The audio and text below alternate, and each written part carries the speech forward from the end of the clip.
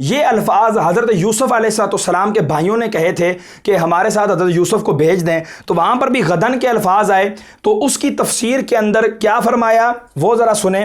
غدن علی الظرفی، یعنی غدن جو ہے وہ ظرفیت کی وجہ سے منصوب ہے، اس کے اوپر جو نصب ہے ظرفیت زمان کی وجہ سے یہ منصوب ہے۔ وَهُوَ ظرف مستقبل، یعنی یہ وہ ظرف ہے جس میں ہر آنے والا وقت مراد ہوتا ہے۔ یطلق علی اليوم الذی یلی یومک، اس کا اطلاق کیا جاتا ہے اس دن پر جو آپ کے دن سے ملا ہوا ہے، ایک یہ معنی ہے۔ وعلی الزمن المستقبل من غیر تقیید، اور ہر اس لمحے پر بھی بولا جاتا ہے جو آنے والا ہے۔ ہم یہی کہہ رہے ہیں حضرت جو بھی آنے والا وقت ہے وہ غد کہلاتا ہے۔ تو اس اعتبار سے وَبِصَوْمِ غَدٍ نَوَيْتُ مِنْ شَهْرِ رمضان، اس کے اندر کوئی بھی اس طرح کی قباحت نہیں ہے۔ اب اگلی تفسیر سنیں۔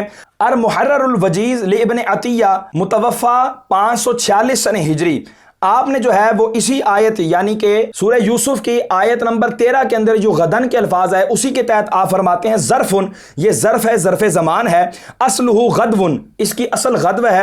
فلازم اليوم کلہ، غد جو ہوتا ہے یہ پورے دن کے اوپر اس کا اطلاق ہوتا ہے، اور اس کے اندر 8 پہر آتے ہیں۔ وباقی الغدو والغدوۃ اسمین لاول النہار، فرماتے ہیں غدون اور غدوتن یہ دونوں نام ہیں دن کے پہلے حصے کے، یعنی غدن کا اطلاق دن کے پہلے حصے پر آتا ہے، اور وہ جب صبح صادق طلوع ہوگی اس کا جو پہلا حصہ ہوگا وہ غدن کہلاتا ہے۔ اور ابھی جو ہم سحری کر رہے ہیں یہ رات کا حصہ ہے اور رات کا آخری پہر ہے، ابھی دن کا معاملہ شروع ہوا نہیں۔ تو اب یہ الفاظ کہنا وَبِصَوْمِ غَدٍ نَوَيْتُ مِنْ شَهْرِ رمضان بالکل غلط نہیں ہے، یہ بزرگوں کی جہالت نہیں، حضرت آپ کی عربی سے جہالت ہے۔ اب اگلی سنیں تفسیر۔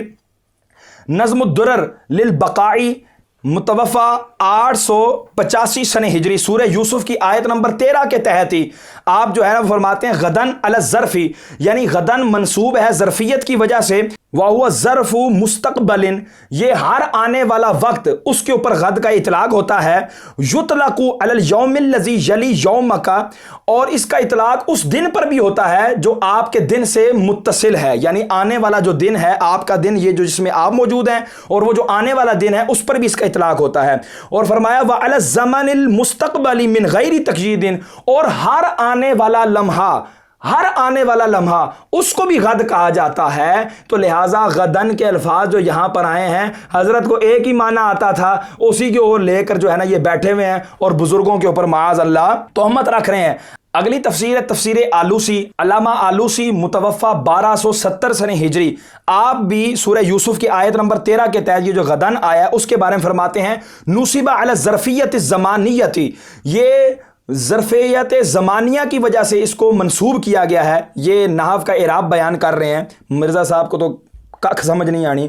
وَهُوَ يُطْلَقُ عَلَى الْيَوْمِ الَّذِي يَلِي يَوْمَكَ وَعَلَى الزَّمَنِ الْمُسْتَقْبَلِ مُطْلَقًا، اور ہر آنے والے وقت پر بھی اس کا اطلاق ہوتا ہے حضرت۔ اب اگلی سب تفسیر سنیں، تفسیر قرطبی، علامہ قرطبی متوفہ 671 سنہ ہجری، آپ کیا غدن کے بارے میں فرماتے ہیں؟ سورہ یوسف کی آیت نمبر 13 کے تحت جو غد آیا ہے اس کے بارے میں آپ نے فرمایا غدن ظرفن والاصل عند السبوی غدون، کہتے ہیں غدن یہ ظرفیت کی وجہ سے منصوب ہے، اور اس کی اصل امام سبوی کے نزدیک، یہ نحویوں کے امام ہیں، ان کے نزدیک غدون یہ اصل ہے اس کی۔ وقد نطق به علی الاصل قال النضر بن شمیل ما بین الفجر وصلاۃ الصبح، کہتے ہیں کہ نضر بن شمیل یہ جو نحوی ہیں یہ کہتے ہیں کہ غد کا اطلاق صبح صادق سے لے کر نماز فجر تک یہ جو وقت ہوتا ہے اس پر غد کا اطلاق آتا ہے۔ میں کہتا ہوں ابھی حضرت صبح صادق نہیں ہوئی، کیونکہ صبح صادق کے بعد تو کھانا ممنوع ہو جاتا ہے، اور یہ بندہ رات کے وقت جب سحری کر لیتا ہے ابھی رات کا وقت باقی ہوتا ہے تو کہتا ہے وَبِصَوْمِ غَدٍ نَوَيْتُ مِنْ شَهْرِ رمضان، کہ یہ جو صبح فجر جوں ہی طلوع ہوگی اس وقت کے روزے کی میں نیت کرتا ہوں۔ حضرت آپ رات کے روزہ رکھتے ہیں؟ تو ان کو غد کا ایک ہی معنی پتا تھا اور وہ تھا کل، تو انہوں نے اس کو لے کر معاذ اللہ سارے بزرگوں کو جو ہے نا وہ اپنے ہرزہ سرائی کا نشانہ بنا لیا۔ اور یہ میں نے آپ کو گاہے بگاہے میں کہتا رہتا ہوں کہ یہ وہابی دیوبندیوں کا جھوٹا کھانے میں بڑے ماہر ہیں، اور انہی کا جھوٹا کھا کھا کے یہ پلے بڑے ہیں، اور انہی کے نقش قدم پر بھی چلتے ہیں کہ جس طرح ان کو غد کا ایک ہی معنی پتہ تھا، انہوں نے بھی جب ترجمانی کی قرآن کی وَوَجَدَكَ ضَالًّا، اس کے علاوہ بھی بہت مثالیں، ایک مثال دیتا چلتا ہوں کہ ووجدہ کا دالن کا معنی معروف یہ ہے کہ گمراہ ہونا، انہوں نے اسی کو لے لیا اور کہا کہ بس اور کوئی معنی نہیں ہے، اور حضور کے بارے میں یہ الفاظ کہہ دیے اے محبوب ہم نے آپ کو گمراہ پایا تو اپنی طرف راہ دکھائی، معاذ اللہ ثم معاذ اللہ۔ اگر نبی گمراہ ہے تو میں کہتا ہوں امت کیسے راہ دیکھ سکتی ہے، امت کیسے راہ پر چل سکتی ہے کہ نبی گمراہ ہے معاذ اللہ ثم معاذ اللہ۔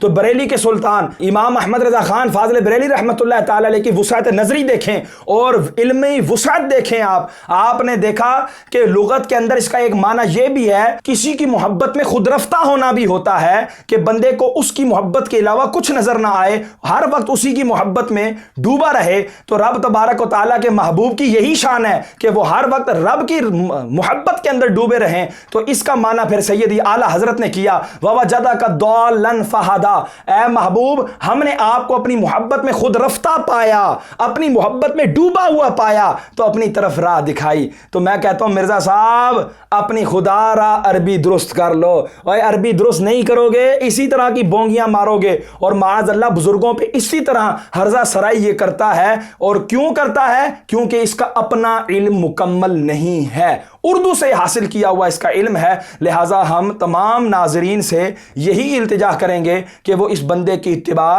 نہ کریں۔ سونا جنگل رات اندھیری، چھائی بدلی کالی ہے، سونے والو جاگتے رہیو چوروں کی رکھوالی ہے، آنکھ سے کاجل صاف چرا لیں یہاں وہ چور بلا کے ہیں، تیری گٹھڑی تاکی ہے اور تو نے نیند نکالی ہے، اور یہ جو تجھ کو بلاتا ہے یہ ٹھگ ہے مار ہی رکھے گا، ہائے مسافر دم میں نہ آنا مت کیسی متوالی ہے، بائیں رستے نہ جا مسافر سن مال ہے راہ مار پھرتے ہیں۔ اللہ تبارک و تعالی ہمیں اپنے ایمان کی حفاظت کرنے کی توفیق عطا فرمائے، آمین بجاہ النبی الامین صلی اللہ تعالی علیہ وسلم۔